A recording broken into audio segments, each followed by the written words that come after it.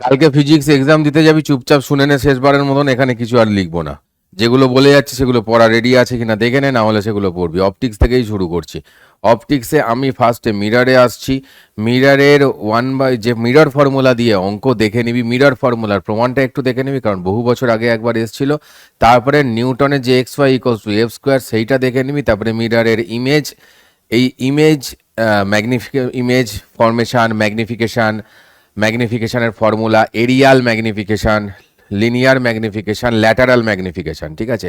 Lateral magnification, Arial magnification সবগুলো M square হয়। Next আমরা চলে আসছি যে ভেলোসিটি অফ ইমেজে, যেটা হচ্ছে গিয়ে আমাদের M square into object velocity হয়, ঠিক আছে। তারপর চলে আয় এবারে তোরা রিফ্র্যাকশানে আমাদের যেটা আছে ফাইবার অপটিক্স, ভেরি ইম্পর্টেন্ট জিনিস। ফাইবার অপটিক্স থেকে তোরা চলে আয় চুপচাপভাবে আমাদের নর্মাল টোটাল ইন্টারনাল রিফ্র্যাকশনের ওপর কিছু অঙ্ক ফঙ্ক আসতে পারে, এই মিডিয়াম সেই মিডিয়াম আছে, কেমন হবে কি না মিউ দিয়ে অঙ্ক আসতে পারে। তারপরে চলে আয় চুপচাপ, একদম চুপচাপ চলে আয় প্রিজমে।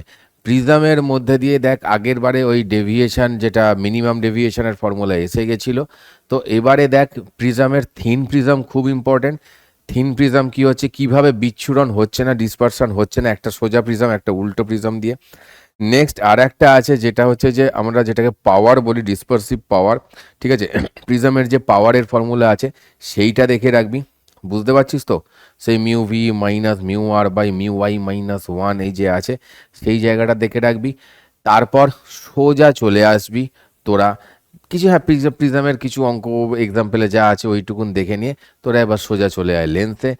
লেন্সের মধ্যে দিয়ে সব থেকে ইম্পর্টেন্ট জায়গাটা যেটা হচ্ছে যে সেই একটা ছিল না লেন্স শুরুর আগে একটা ছিল না রেডিয়াস অফ কার্ভেচার দিয়ে ফর্মুলাটা mu two by V minus mu one by you equals to mu two minus mu one by আর, সেইটা দিয়ে অঙ্ক একটু দেখে যাস। তারপরে লেন্স মেকার ফর্মুলা আগের বছর এসে গেছিলো, তো এবছরে তোমরা চলে যাও সরাসরিভাবে ওই থিন লেন্সের কম্বিনেশন অফ লেন্সে চলে যা।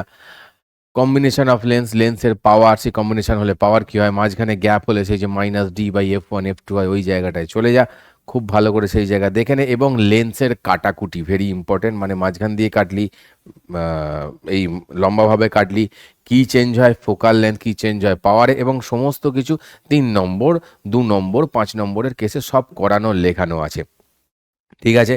এরপর চলে আসছি আমরা টুকুস করে ওয়েব অপটিক্সে। ওয়েব অপটিক্স থেকে ইন্টেন্সিটি পার্টটা ভেরি ইম্পর্টেন্ট। ইন্টেন্সিটির ম্যাক্সিমাম মান কত হয়, মিনিমাম মান 0 হয়, ম্যাক্সিমাম 4I0 হয়। কোহেরেন্ট সোর্স কী করে কোহেরেন্ট সোর্স তৈরি করবে, ইন্টেন্সিটির ওই যে গ্রাফটা এরাম এরাম এরাম এরাম, অবভিয়াসলি ডিফ্র্যাকশনের গ্রাফটাও যেটা এরকম হয়ে এরকম হয়ে এরকম হয়ে আসছে, এইগুলো দেখে নে। তারপর ইন্টেন্সিটির কিছু অঙ্ক সেই I max by I min দিয়ে, যেটা সেই √I1 plus √I2 whole square, যেটা হচ্ছে কি আই ম্যাক্স, আর মাইনাস দিয়ে হোল স্কোয়ার হলে যেটা হচ্ছে কি আই মিন, সেইগুলো দিয়ে ফর্মুলা দেখে নেন। Next Young's double slit এক্সপেরিমেন্টের formula তোকে মনে রাখতেই হবে। পাথ ডিফারেন্সের সঙ্গে যে ফেজ ডিফারেন্সের সম্পর্কটা, সেটা রিলেশনটা মনে রাখতে হবে। ছোট একটা 1 নম্বরের কোশ্চেন আসতে পারে সেখান থেকে। দেন বিটা কী করে ফ্রিঞ্জ উইথ বের করছিস একবার দেখে নে। জলে ডোবালে কী হয়, মিউ বেড়ে গেলে ল্যামডায় কী চেঞ্জ হয়, সেই জন্য বিটার লেন্থে কী চেঞ্জ হয় সেইটুকুন। তারপর চলে আয় তোরা টুকুস করে পোলারাইজেশানে এসে কি করবি, ম্যালাস ল, আর থাকছে পোলারাইজেশনে ব্রুস্টার্স ল। এই লটার প্রুফ রয়েছে, ম্যালাস লয়ের তো প্রুফ সেভাবে নেই, অ্যাপ্লিকেশন রয়েছে। ম্যালাস লয়ের অঙ্ক এবারের জন্য ভেরি ইম্পর্টেন্ট। ব্রুস্টার্স ল থেকেও একটা অঙ্ক এবছর আসতে পারে, direct tan theta equals to mu লাগিয়ে করতে হবে, ডিরেক্ট আসবে যা মনে হচ্ছে আমার, মানে যে ধরনের এসেছে, আমি তো আর পেপার দেখিনি, যে ধরনের কোশ্চেন এসেছে এতদিন তার বেশি, সেই আমি বলছি। ডিফ্র্যাকশানের ওপর দিয়ে ওই যে একটাই ফর্মুলা আছে তোরা জানিস, PYQতে যে জিনিসটা এসছে শুধুমাত্র সেটাই দেখে যাস ভালো করে। তারপর চলে যায় তোরা ফটো ইলেকট্রিক এফেক্টে, যেখানে গিয়ে তো ডেভিয়েশন জার্মার এক্সপেরিমেন্টের যে কেসটা 54 ভোল্ট হচ্ছে 50 ডিগ্রিতে হচ্ছে, খুব বেশি ইম্পর্টেন্ট। 12.27 বাই √V যেটা, সেইটা থেকে যে এক্সের যেটা হচ্ছে ব্র্যাগস লয়ের ফর্মুলাটা দেখে যাবি, সেইখান থেকে যে এক্সের যে রিলেশনটা আসছে 1.65 আমস্ট্রংয়ের জন্য হচ্ছে, ঠিক আছে, ওইটুকুন জায়গাটা। Next photo electric এফেক্টের equation, stopping potential কি, আর দুটো একটা যে ডেফিনেশন আছে ওখানে, যে থ্রেশহোল্ড ফ্রিকোয়েন্সি, ঠিক আছে, থ্রেশহোল্ড, ওয়েভলেন্থ, এইগুলো টুকটুক করে দেখে নেওয়া। এবং এই চ্যাপ্টারের সবকটা গ্রাফ এবারের জন্য ভেরি ইম্পর্টেন্ট। যেটা স্টপিং পোটেনশিয়াল ফ্রিকোয়েন্সির গ্রাফ সেটা সব থেকে বেশি ইম্পর্টেন্ট, তার নতি ইকুয়ালস টু H/E হচ্ছে সেটা খুবই বেশি ইম্পর্টেন্ট। তারপরে টুকুস করে চলে এসো তোমরা একটু এক্সরেতে হার্ড এক্সরে, সফট এক্সরে যা PYQতে এসছে সেই কোশ্চেনের সঙ্গে ক্যারেক্টারিস্টিক্স এক্সরের গ্রাফটা দেখবি। এবং এক্সরের ওই যে আমাদের ওয়েভলেন্থের যে গল্পটা হয়, যে কত থেকে কত ওয়েভলেন্থের মধ্যে এক্সরে হচ্ছে, এক্সরের একটাই ফর্মুলা আছে যেটা দিয়ে জেনারেলি তোদের কাছে অঙ্ক আসে, যে ওই ওয়েভলেন্থ কত বের করার যে কেসটা থাকে ওইরকম ফর্মুলা দিয়েই অঙ্ক করবি।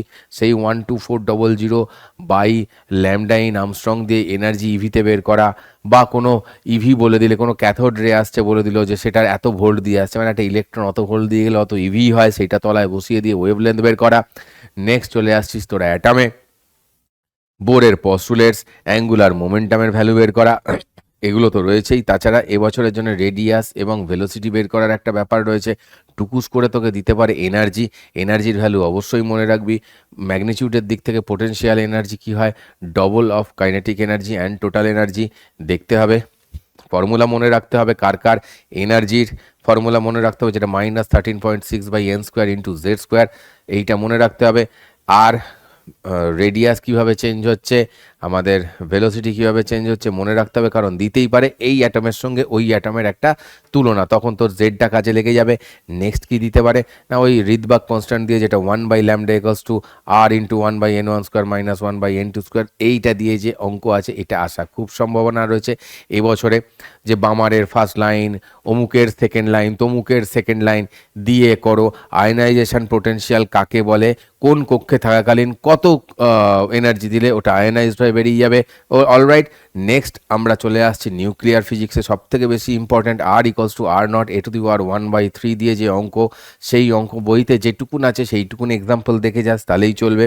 সেইখান থেকে ডেন্সিটি বের করা, ডেন্সিটি সবার জন্য কেন সমান, মিন লাইফ, অ্যাভারেজ লাইফ, ঠিক আছে, যেটা আমাদের হাফ লাইফ আর যেটা মিন লাইফ, তাদের মধ্যে রিলেশন, তাদের ডেফিনেশন, ডিকে কনস্ট্যান্ট কি, আর n/n0 দিয়ে = ½ দিয়ে অঙ্ক। তারপর একদম চলে আসছি আমরা কোথায়, ইলেকট্রনিক্সে কি হচ্ছে, জেনারের জন্য এবারে শুধুমাত্র জেনার থেকে অঙ্কটাই বেশি ইম্পর্টেন্ট বলে আমার মনে হচ্ছে। নর্মাল ডায়োডের দিতে পারে কিছু ডেফিনেশন, সেখান থেকে তার গ্রাফ দিতে পারে। নর্মাল ডায়োডের ওই যে রিভার্স বায়াস, ফরওয়ার্ড বায়াস দিয়ে অঙ্ক দিতে পারে। ডায়োড দিয়ে একটা অঙ্ক খুবই ইম্পর্টেন্ট লাগছে আমার এবছর, যে সিলিকন যদি বলে দেয় তাহলে 0.7 ভোল্টকে তোকে বাদ দিয়ে কাজ করতে হবে, আইডিয়াল ডায়োড বলে দিলে মিটে গেল। কোনটা ফরওয়ার্ড বায়াস কোনটা রিভার্স বায়াস দেখানো, ফরওয়ার্ড বায়াস রিভার্স বায়াসকে নিজেকে বুঝে শো করানো, বা সেই থিওরি লেখা। স্ট্রাকচার আছে, যে ইন্ট্রিনসিক এক্সট্রিনসিক সেমিকন্ডাক্টরের স্ট্রাকচার কেমন হয়, আরাম করে জানিস এগুলো, একদম আরামসে জানিস এগুলো, লিখতে পারবি। তারপর চলে আসছি এবছরের জন্য ফটো ডায়োড এবং এলইডি, এই দুটোর মধ্যে যে কোনো একটা খুবই সম্ভাবনাময়। এগুলোও আমরা 2 নম্বর 3 নম্বর 5 নম্বরের কোশ্চেন ডিসকাস সময় পড়িয়েছি, প্লাস এগুলোর যে গ্রাফ হয় সব সেখানে সুন্দর করে সেট করে দেওয়া আছে। তারপরে চলে যা তোরা রেকটিফায়ার, খুব হালকা দেখে যাস, কারণ আমার পার্সোনালি মনে হচ্ছে রেকটিফায়ার ওইরকমভাবে তো রিপিট হয় না, তো জাস্ট হালকা রেকটিফায়ার দেখে যাস, রেকটিফায়ারের ছবিটা কিরাম হয়, দ্যাটস ইট।